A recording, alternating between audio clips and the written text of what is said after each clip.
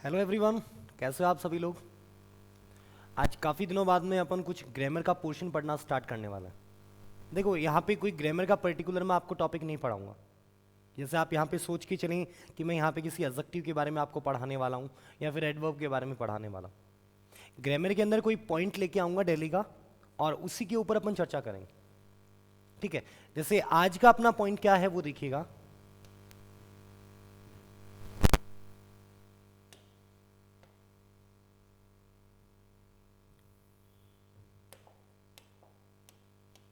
देखिए, आज अपन ग्रामर का एक पॉइंट डिस्कशन कर रहे हैं और वो अपना पॉइंट है दैट इज स्टिल। स्टिल के बारे में, स्टिल वर्ड होता क्या है, किस तरीके से ये काम करता है, इसका मीनिंग क्या होता है। तो सबसे पहले आप बताओ स्टिल का मतलब क्या होता है। कोई भी स्टिल का हिंदी में मतलब या फिर स्टिल क्या काम करता है। फिर भी, ठीक है, और कोई, कहीं ना कहीं ये तो सेंस सही बन रहा है। और इसके अलावा कोई और स्टिल का मतलब क्या बनता है। देखो सबसे पहले जब भी आप किसी भी ग्रामर के पॉइंट को उठाते हो या फिर आपको ग्रामर पढ़नी है तो दोस्तों आपको एक चीज के बारे में नॉलेज होना जरूरी है। That word is POS। क्या कहेंगे इसको, पार्ट ऑफ स्पीच। जिस स्टूडेंट को पार्ट ऑफ स्पीच का नॉलेज हो गया ना, फिर उसको ग्रामर में कहीं प्रॉब्लम नहीं आने वाली। सबसे पहले क्या जज करेंगे स्टिल के बारे में, तो जरा देखिए स्टिल के बारे में अपन बात करें तो एक सेंटेंस के अंदर स्टिल जो है वो आपका नाउन बनता है, स्टिल आपका एडजेक्टिव बनता है, स्टिल आपका एडवर्ब बनता है, स्टिल का यूज अपन एज ए कनेक्टर करते हैं और स्टिल का यूज अपन एज ए वर्ब करते हैं। इतने तरीके से अपन एक सेंटेंस के अंदर स्टिल का यूज करते हैं। यानी कहने का मतलब एक सेंटेंस में अंदर 5 तरीके से अपन स्टिल का यूज कर सकते हैं। जैसे मैं सबसे पहले आपको बताऊं एज ए नाउन, एक नाउन के रूप में स्टिल का यूज कैसे किया जाएगा। जरा देखिएगा, नाउन में अगर आपने इसका यूज किया है तो स्टिल का मतलब वहां पे बनता है डीप साइलेंस। डीप का मतलब होता है वैसे तो गहरा, लेकिन अगर डीप आप किसी साइलेंस या फिर किसी इस तरीके से वर्ड के साथ यूज करते हो ना, तो डीप का मतलब होता है घना।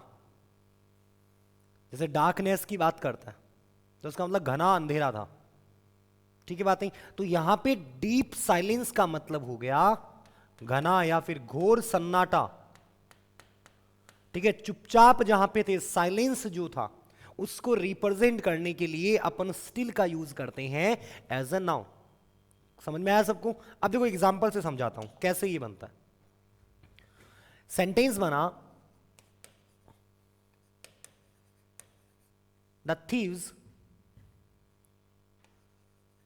एंटर्ड।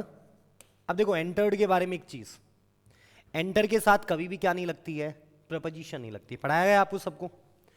एंटर के साथ कभी भी क्या नहीं लगाते हैं, प्रपोजिशन नहीं लगाते हैं। लेकिन एक प्रपोजिशन आती है इसके साथ, इनटू। वो कब आती है, जब आप किस में प्रवेश करते हो, एग्रीमेंट में, तो अपन एंटर के साथ किसका यूज करेंगे, इनटू का। अदरवाइज कभी भी एंटर के साथ क्या नहीं लगेगा, प्रपोजिशन नहीं लगेगा। याद रहेगा, पढ़ाया भी है मैंने आपको।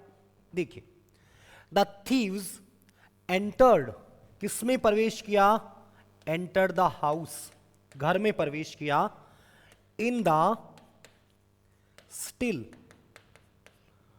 Of the night. अब देख लीजिए जरा, इसमें मैंने यहां पे स्टिल काम में लिया। थीव्स ने, चोरों ने प्रवेश किया, घर में प्रवेश किया। कब किया, कैसे किया, तो इन आ गया। इनका मतलब में, किसमें, जो रात का जो घोर सन्नाटा था, अंधेरा जो था उस कंडीशन में, उसके लिए उस टाइम पर उन्होंने क्या किया, यानी लेट एट नाइट की बात कर रहा है। ठीक है, उसको रिप्रेजेंट करने के लिए एकदम अपन यूज करेंगे in the still of the night. यानी जब कोई नहीं था, एकदम सब चीजें सुनसान हो गई थी, साइलेंट हो गई थी, उस टाइम पर यहां पर चोरों ने घर में प्रवेश किया। अब कोई बोलेगा सर हमें कैसे पता चलेगा ये स्टिल नाउन है। तो दोस्तों जरा देखो, इससे पहले क्या लगा हुआ है, क्या यूज कर रहे हैं, आर्टिकल द। और आर्टिकल के बाद आना क्या जरूरी होता है? नाउन। आ गया नाउन? ऐसे नहीं समझ में आए तो देखो यहां पे क्या है, इन। इन क्या बनती है? प्रपोजिशन। और प्रपोजिशन के बाद सिर्फ 3 चीजें आती हैं, या तो नाउन, या प्रोनाउन, या फिर वर्ब। ठीक है, ये वर्ब तो नहीं है आपकी यहां पे, क्योंकि वर्ब होती तो ये मेन वर्ब काम करती। और या फिर मैं ऐसे बोल दूं, अगर इनके साथ वर्ब है तो वो आपकी आईएनजी वाली फॉर्म में आएगी, या आईएनजी वाले में भी नहीं है। ठीक है, ये कोई प्रोनाउन भी नहीं है, इसका मतलब ये क्या काम कर रहा है? नाउन का। तो क्या पहला पॉइंट समझ में आया सबको? स्टिल का यूज अगर आपने नाउन के रूप में किया है तो उसका मतलब बनता है डीप साइलेंस, घोर सन्नाटा। क्लियर पहला पॉइंट? आगे बढ़ता, दूसरा पॉइंट देखिएगा। दूसरे पॉइंट पे आते हैं तो दूसरा पॉइंट मैंने आपको पढ़ाया एडजेक्टिव।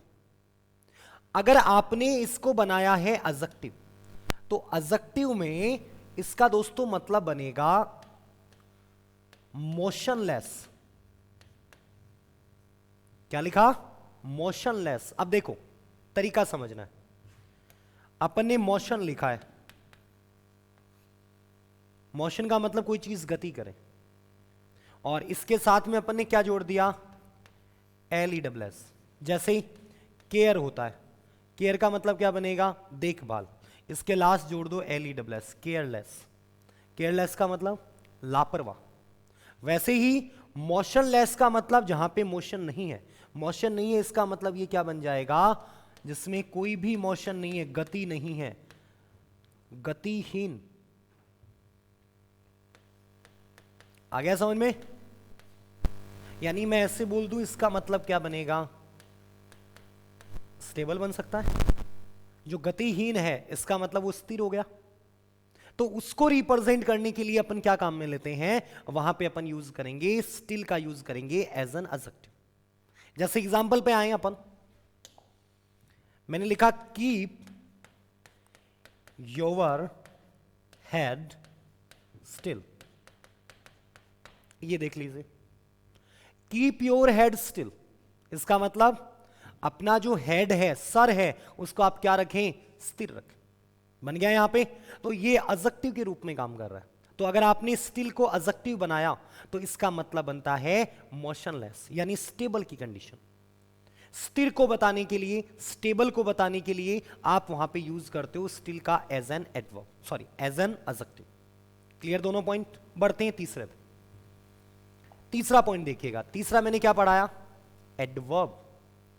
एडवर्ब का मतलब होता है इवन नाउ। इवन नाउन का मतलब होता है अभी भी या अब भी। उसको रिप्रेजेंट करने के लिए अपन इसको यूज करते हैं एडवर्ब के रूप में। और दोस्तों ये हमेशा विशेषता किसकी बताएगा? ये विशेषता बताने वाला है किसकी? वर्ब की। इसका मतलब बनेगा अब भी या फिर अभी भी। आ गया समझ में? ये इसका मीनिंग बनता है। आप देखो पहचान कैसे करेंगे, देखिए they are still working on this project. They are still working on this project. वो अभी भी क्या कर रहे हैं? काम कर रहे हैं, वर्किंग कर रहे हैं। किसके ऊपर? इस प्रोजेक्ट के ऊपर। बनाया गया ना यहां पे? अब ये बताओ स्टिल किसकी विशेषता बता रहा है? पढ़ के बताइए। अब देखो कोई समझे सर, समझ में कैसे पता चलेगा ये नाउन है या फिर ये वर्ब है या ये एडजेक्टिव है या फिर ये एडवर्ब है या फिर ये कनेक्टर है? दोस्तों कनेक्टर होता तो ये दो चीजों को जोड़ता। दो सेंटेंस होते अपने पास, दो क्लास होते, उनको जोड़ने का काम करता, जो तो यहां पे नहीं है। अगर ये नाउन होती तो दोस्तों क्या ये दो वर्ब के बीच में थोड़ी आती? ये भी पॉसिबल नहीं है। क्या ये खुद वर्ब होती तो क्या यहां पे थोड़ी आती? वर्ब तो अपने पास पहले से है। अब बात करें, या तो ये एडजेक्टिव हो सकता है या फिर ये एडवर्ब हो सकता है। लेकिन दोस्तों एडजेक्टिव जो होता है वो किसकी विशेषता बताता है? या तो विशेषता बताएगा नाउन की या फिर विशेषता बताएगा प्रोनाउन की। लेकिन ये स्टिल यहां पे विशेषता किसकी बता रहा है? वर्किंग की। अभी भी वो क्या है? काम कर रहा है। यानी ये किसकी विशेषता हो गई? वर्ब की। और वर्ब की विशेषता कौन बताएगा? एडवर्ब। तो स्टिल यहां पे क्या बन गया? एडवर्ब। समझ में आया क्या तरीका? क्लियर है सबको अच्छे से? तो ये पॉइंट बन गया आपका एज एन एडवर्ब। अपन ने एज एन नाउन पढ़ा, अपन ने एज एन एडजेक्टिव पढ़ा, अपन ने एज एन एडवर्ब पढ़ लिया। तीनों पॉइंट अपने हो गए हैं। आगे देखिए अब क्या बचा अपने पास में। अगला पॉइंट अपन कनेक्टर पे आते हैं। कनेक्टर में इसका मतलब क्या होता है? कनेक्टर में इसका मतलब बनता है नेवरदीलेस। नेवरदीलेस। नेवरदीलेस का मतलब क्या होता है? एक काम करो ना, आप इसको एक बार लिख लीजिए, इस कंडीशन को आप एक बार लिख लो।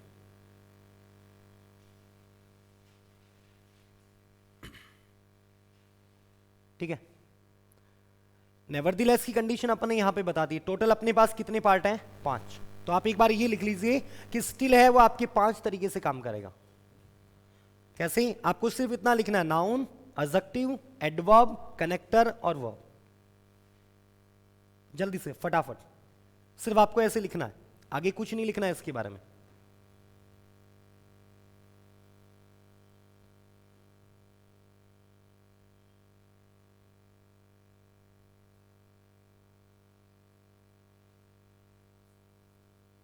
हो गया सबका? अब देखिए आपने इसको क्या बनाया? कनेक्टर बनाया। तो जब अपन इसका यूज कनेक्टर के रूप में करते हैं तो इसका मतलब क्या बनेगा? नेवरदीलेस। अब नेवरदीलेस का मतलब क्या होता है? इसका मतलब हिंदी में होता है फिर भी। कब बनेगा? जब आपने इसको क्या बनाया? Connector, conjunction. अब कोई बोलेगा सर हमें कंजक्शन कैसे पता चलेगा? तो दोस्तों इसको पता करने का तरीका यह होगा कि आपके पास 2 क्लास होंगे, ठीक है, और उन दोनों क्लास को जोड़ने के लिए अपन क्या लगाएंगे? वहां पे स्टिल लगा। उस कंडीशन में वो वहां पे कंजक्शन बनेगा। जैसे मैं यहां पे आपको इंडिकेशन करूं, it is fertile, still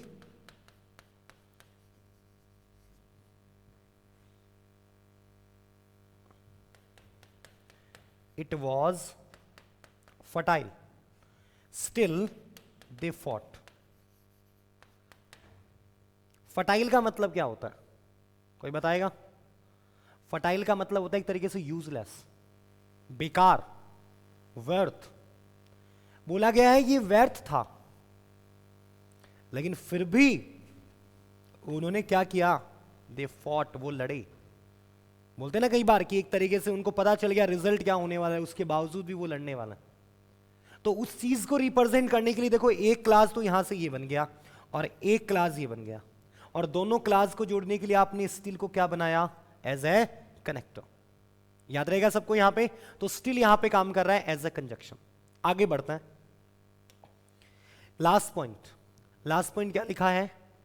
verb के रूप में। वर्ब के रूप में इसका मतलब होता है किसी चीज को आपने क्या करवाना? चुप करवाना।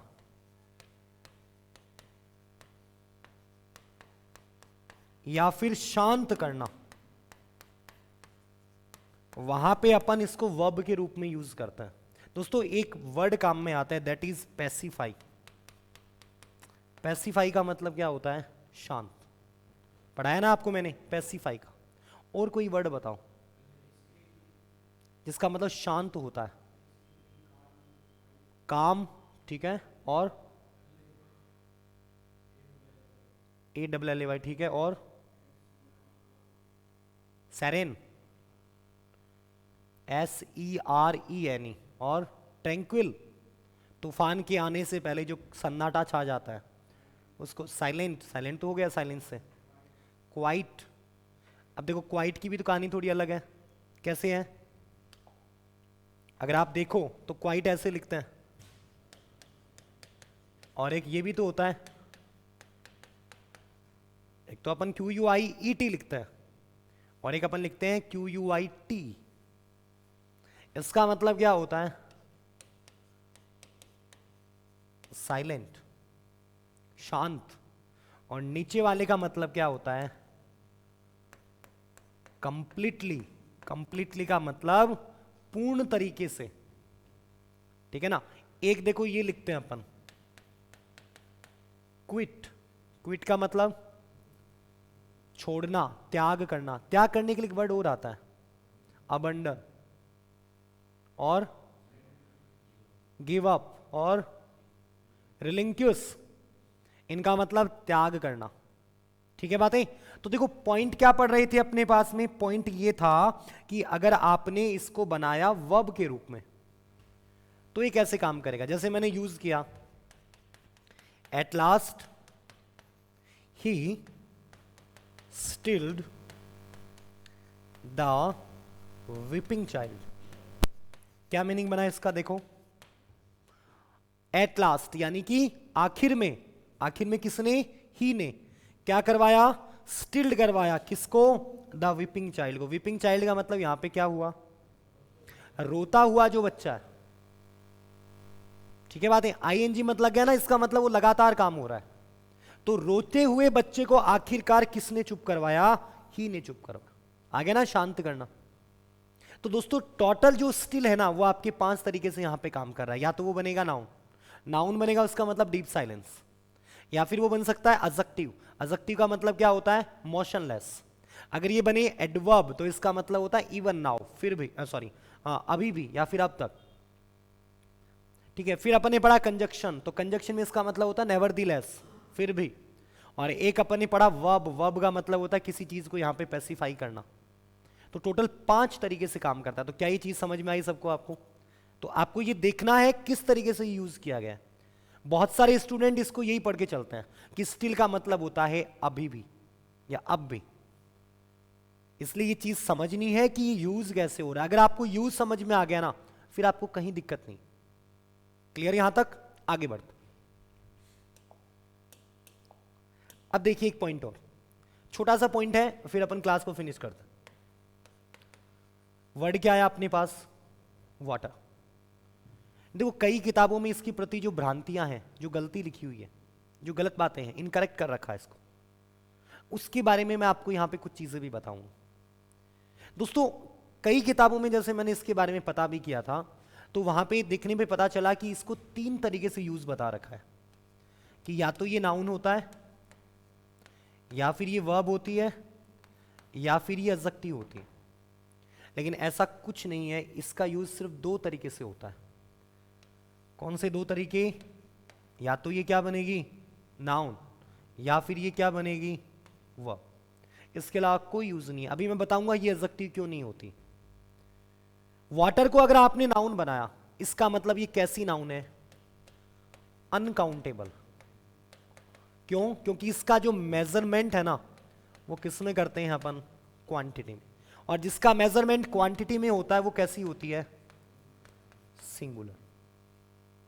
लेकिन दोस्तों एक चीज और भी है, आपको याद रखना है, इंग्लिश में ऐसा वर्ड भी तो होता है वाटर्स। वाटर्स का मतलब जहां पे पानी बहुत सारा है, प्लेंटी ऑफ वाटर। ज्यादातर समुद्र के लिए अपन, सी के लिए अपन यूज करते हैं, क्या यूज करते हैं, वाटर्स।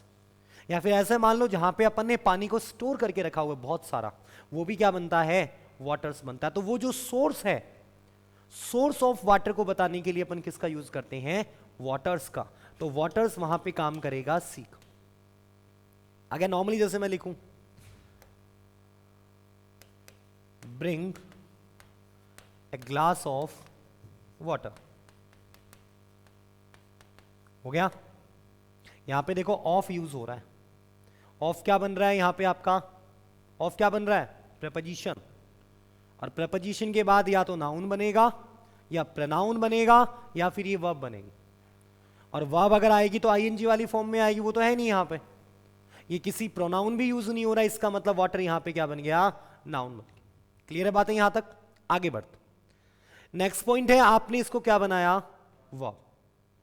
तो वर्ब बनाया है तो जैसे इसका मतलब यहां पे पानी होता है, तो इसका मतलब होता है पानी देना, या फिर मैं ये बोल दूं पेड़ों की सिंचाई करना, उसके लिए अपन यूज करते हैं वाटर। जैसे the gardener waters the plants.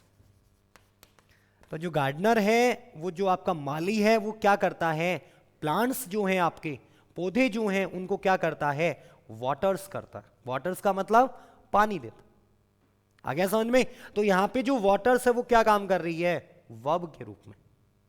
अब देखो इसमें ये भी समझ लो, ये जो नाउन है ये सिंगुलर है। सिंगुलर तो देखो इसके साथ में क्या जुड़ गया, SEIS। आ गया समझ में? ये क्लियर है? अब देखो एग्जाम में क्या पूछते हैं। एग्जाम में आपको एक तो यहां से क्वेश्चन क्रिएट कर सकता है वाटर्स, और एक क्वेश्चन आपको यहां से क्रिएट कर सकता है, क्योंकि अपन ने अभी तक जो पढ़ा है ना, अपन सिर्फ वाटर को पानी के नाम से जानते हैं। अगर अपन यहां पे वाटर्स देखते हैं तो अपना दिमाग वहीं पे खिसक जाएगा कि यार सर ने तो ये पढ़ा रखा है, वाटर का मतलब तो पानी होता है। इसलिए ये क्लास जो है ये स्पेशली इन्हीं चीजों के ऊपर है। समझ में आया सबको? अब बात करते हैं उसके बारे में जो कुछ बुक्स के अंदर इसको एडजेक्टिव बना रखा। उनका जो तरीका है वो मैं बताऊंगा, और एक्चुअल जो तरीका है वो भी मैं आपको बताऊंगा। क्या है वो देखिए, जैसे yesterday we went to a water park. ये एक नॉर्मल सेंटेंस। कल हम कहां गए थे, एक वाटर पार्क गए थे। आप लोगों को अगर याद है तो मैंने एक चीज आपको पढ़ाई थी कि नाउन की विशेषता कौन बताता है, एडजेक्टिव बताता। अभी कुछ देर पहले ये डिस्कशन किया था। और दोस्तों अगर आपको आर्टिकल लगाना है ना, तो आर्टिकल कहां लगेगा, एडजेक्टिव से पहले। जो किताबें हैं, जिन लोगों ने, जिन ऑथर ने ये चीज को सही माना है, पहले मैं उन्हीं की बात कर रहा हूं। उन्होंने कैसे ओपिनियन लिया है, उन्होंने ओपिनियन लिया है कि पार्क जो है ना वो क्या हो गई, नाउन। ए जो है वो क्या हो गया, आर्टिकल। तो उन्होंने वाटर को यहां पे क्या बना दिया, एडजेक्टिव। इस तरीके से लिया। लेकिन दोस्तों आप अगर इसको सही से समझोगे तो आपको तरीका समझ में आए। मैं जैसे यहां पे ये लिखूं, क्लास टीचर, आपसे बोले इनमें कौन सी नाउन है कौन सी एडजेक्टिव है, तो इसमें कोई एडजेक्टिव की फॉर्म ही अवेलेबल नहीं है, क्योंकि ये पूरा एक शब्द है। क्या शब्द है, क्लास टीचर। ये एक ऐसी नाउन है जो दो नाउन से मिलकर बनी है, और जो नाउन दो या फिर दो से अधिक नाउन से मिलकर बनी होती है उसको कौन सी नाउन बोलते हैं, कंपाउंड नाउन, मिश्रित संज्ञा। तो ये एग्जाम्पल हो गया मिश्रित संज्ञा। जैसे अपन बोलते हैं HRD department, human resource and development department. कितने सारे वर्ड आए हैं इसमें, लेकिन मिलकर एक शब्द बना रहा है ना ये वाला। इसलिए आप इसको कौन सी नाउन बोलोगे, कंपाउंड नाउन। जैसे अपन बोलते हैं brother in law, sister in law, mother in law, father in law, लिखते हैं अपन ऐसी चीजें। तो ये सारे मिलकर एक ही तो शब्द बनाते हैं। तो एक शब्द बनाते हैं तो इसके साथ में अपन यूज नहीं कर पाए। याद रहेगा सबको? तो ग्रोसरी स्टोर बोलते हैं अपन, उसके अंदर वो एडजेक्टिव की कंडीशन की उसमें RY आ गया। लेकिन अगर अपन इसके ऊपर आए तो वाटर और पार्क, ये दोनों मिलकर एक शब्द का निर्माण कर रहे हैं, दैट इज वाटर पार्क। तो ये कौन सी नाउन हो गई, कंपाउंड नाउन। ठीक है बातें? तो ये पूरा एक शब्द हो गया। तो पूरा एक शब्द हो गया, इसका मतलब ये एडजेक्टिव नहीं है, ये पूरा शब्द ही क्या बन रहा है, नाउन बन रहा है। तो आई थिंक आपको समझ में आई होगी ये वाली बातें। तो वाटर जो है वो आपका टोटली दो तरीके से काम करेगा। या तो वो क्या बनेगा, एडजेक्टिव, या फिर वो क्या बनेगा, सॉरी, या तो बनेगा वो नाउन या फिर वो क्या बनेगा, वर्ब। अगर नाउन बनता तो नॉर्मली उसका मतलब पानी बन गया। इंग्लिश में वाटर्स भी अवेलेबल है, ठीक है। लेकिन अगर आपने वाटर को बनाया वर्ब के रूप में तो उसका मतलब होता है पेड़ों को पानी देना, सिंचाई करना। याद रखना इसका कभी भी क्या फॉर्म अवेलेबल नहीं है, एडजेक्टिव का फॉर्म अवेलेबल नहीं। इसके सिर्फ दो ही फॉर्म होते हैं। कौन कौन से, या तो ये क्या बनेगा नाउन के रूप में, या फिर ये क्या बनेगा वर्ब के रूप में। समझ में आया सबको अच्छे से? आई थिंक दोस्तों सबको मेरे हिसाब से ये चीजें क्लियर है। आज की क्लास में अपने पास में दो ही पॉइंट थे, एक तो स्टील के बारे में था और दूसरा अपना वाटर के बारे में था। तो आपको क्लास कैसी लगी है मुझे इसके बारे में बताइएगा कमेंट बॉक्स में। और ऐसी आपको मजेदार चीजें अगर आपको और अच्छी लग रही हैं तो कमेंट बॉक्स में बताइए कौन सी चीजों के बारे में आप डिस्कशन करना चाहते हो और किसके बारे में आप ज्यादा पढ़ना चाहते हो। तब तक के लिए गुड बाय।